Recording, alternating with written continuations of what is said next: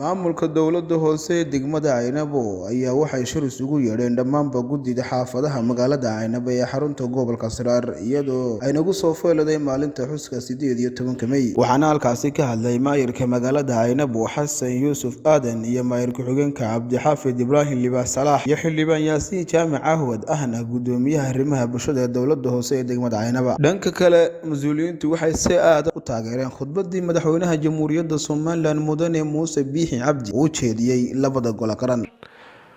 waxaan isugu nimi oo aan idinku yeernay inaynu hawshaynu awalba maalmahanba wadnay ahayd yaaniga u diyaar garowga dabaaldega 18 May inaynu dardar gelino oo isu sheegno in waqtigii soo gabagaboobayo oo ay 7 casho maanta inaga xigto maalintii xafladda la qaban lahaa. marka inaynu arrintaas isku dardargelino ayaynu isugu nimi oo aanu idinku yeernay. waxaanu idinkula dardaarmaynaa, waxaanu idin faraynaa, waxaan idinku laba celinaynaa oo idinku leenahay waxa weeyaan waa inaynaan waxba la hadhin.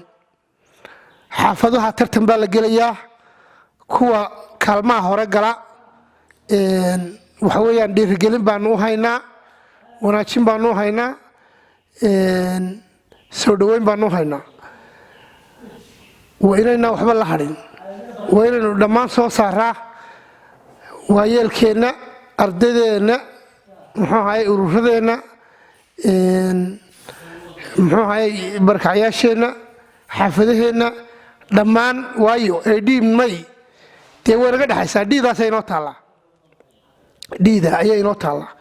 gobolladu way tartamayaan, waa inaynu garanaa lambarka aynu kaga jirro. lambarka gobollada aynu kaga jirraa waxa weeye waa lambar 8 todobada eeda oo deebidu way sareeraysaa B1 iyo B2 iyo B1 baynu nagu ayaan taaganahay. lambar 8 baynu kaga jiraa gobollada. marka gabalay sida loo eego salaam naqsiga labada leegaya waa Aynaba iyo sida u dabaaldegtay say soo baxday. marka waxa weeyaan dee lambarka aynu ku jirro waa inaynan ka hadhin, la isku dhex jiri maayo. intaasi waa yaaniga arrintii shirkeena ku saabsanayd. sida kale waxaan yaaniga hambalyeenayaa khudbaddii diiranayd ee qorshaysnayd ee hagaagsanayd ee madaxweynuhu maalintii dhaweyto ka jeediyey khudbad sanadeedkii uu golayaasha qaranka u jeediyey. waa la qiimeeyo, bulshada Soomaaliland way qiimaysa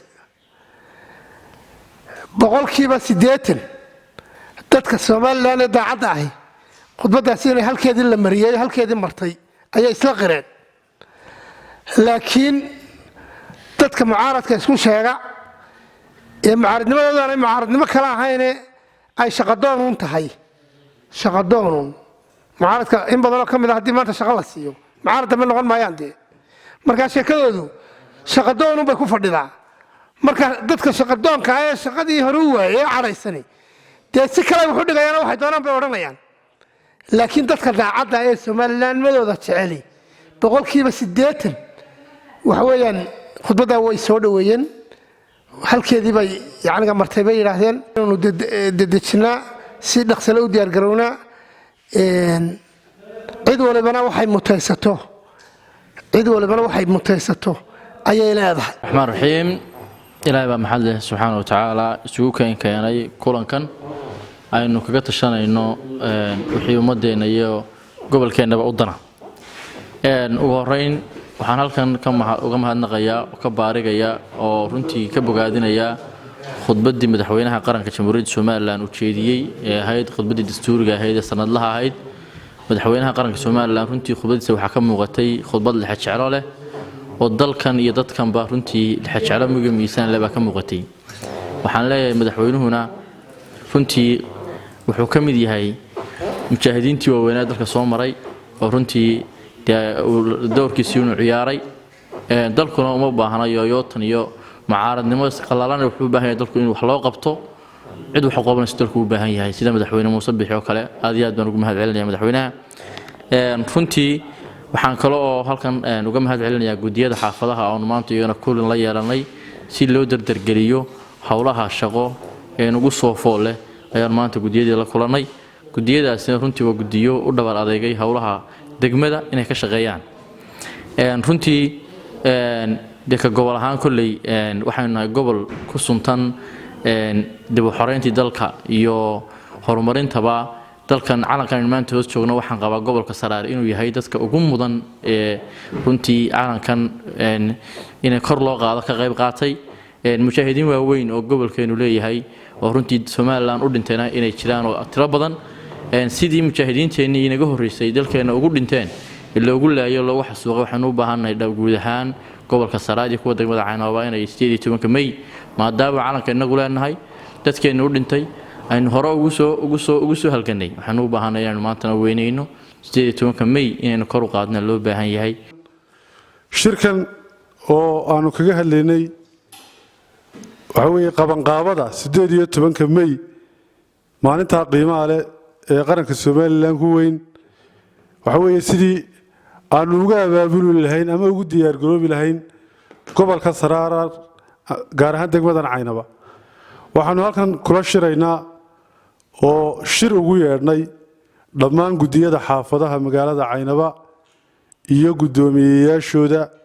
gudoomiyeyaasha kaamka barakacayaasha shirkaygaas oo ku astaysnaa sidii ay door lixaad leh uga qaadan lahaayeen maalinta fooda inagu soo haysa ee 18 May Cabdiraxmaan Bushaale wararka telefishinka Ariya Caynaba dahabshiil oo la jaan qaadaya isbeddelka tiknoolajiyadda kuna fududaynaya hanaanka aad lacag u diri karto waxa uu hadda kuu soo kordhiyey in marka aad lacag dirayso aad ku bixin karto kaadhkaaga bangiga dhammaan xarumaha dahabshiil ee qaaradda Yurub abka dahabshiil oo aad kala soo degi karto Play Store iyo App Store ayaa kuu sahlaya in meel kasta oo aad joogto aad lacagaha si fudud uga diri karto sidoo kale website-ka dahabshiil ayaad si fudud lacag uga dhex diri kartaa goob kasta iyo goor kasta lacag kasta oo aad dirto waxa uu qofkaad lacagta u dirtay sikimo gudahoodu ku helayaa adeegga e-dahab ee moobilkiisa gacanta waxa loogu shubi karaa akoonkiisa bangiga dahabshiil amaba waxa uu ka qaadan karaa dhammaan barnaamijyada dahabshiil ee dunida dacaladeeda dahabshiil hawl fudaydiyahaaga maaliyadeed